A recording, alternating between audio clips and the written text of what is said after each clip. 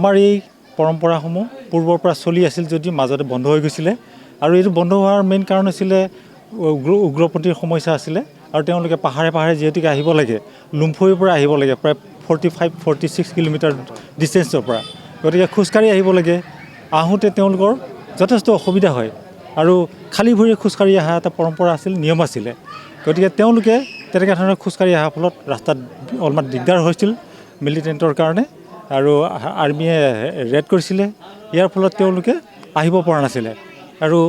আমাক দুখাৰোপ কৰিছিল কিন্তু আমিতো গমেই পোৱা নাছিলোঁ তেতিয়াতো মোবাইলৰ যুগে নাছিলে গতিকে তেওঁলোকে আমাৰ লগত যোগাযোগ কৰিব পৰা নাছিলে সেই সূত্ৰে বন্ধ হৈ আছিলে এইটো কাৰ্যসূচী তেওঁলোকৰ লগত কথা পাতিলোঁ যে আকৌ পুনৰাবৃত্তি কৰিব লাগে এইটো কাৰণ হেৰাই যোৱা বস্তুটো ইমান ধুনীয়া বস্তুটো গতিকে সেই সূত্ৰে আমি ক'লোঁ যে নিমন্ত্ৰণ জনালোঁ তেওঁলোকক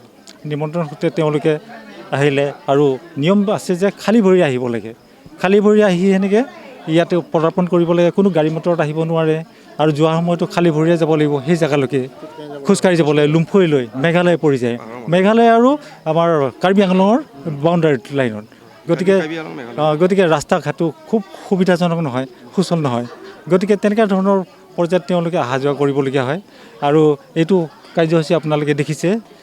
খাদ্য সম্ভাৰবোৰ তেওঁলোকে আকৌ ইয়াতে মাংস নাখায় আমি মাছ দিওঁ মাছ খাব আৰু তেওঁলোকে আৰু ইয়াত ড্ৰাই ফিছ অলপমান লৈ যায় তাতে পূজা কৰে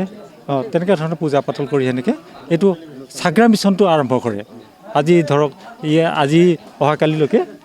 পুৱাৰ ভাগতে গুচি যাবগৈ আৰু 3 দিন ধৰি চাগ্ৰা মিছোৱা যিটো উৎসৱ হয় পূজা পাতে তাতে উৎসৱ ডেন্স শ্ব' হ'ব গতিকে তাতে সেইবোৰ পালন কৰে চগ্ৰাখাম মেঘালয়ত আজি 25 বছৰ পূৰ্বতেই আৰম্ভ কৰিছিল 25 বছৰৰ আগত তেখেতসকলে গোভা ৰজাৰ বিষয়া ভেটেৰা মাঝিৰ ঘৰত আহি তেখেতসকলে নাচ গান কৰি ইয়াৰ পৰা উভতি যোৱাৰ পিছত তেওঁলোকৰ গাঁৱত তেখেতসকলে চগ্ৰাখাম পূজা অনুষ্ঠিত কৰিছে এই 25 বছৰৰ অন্তৰত তেখেতসকল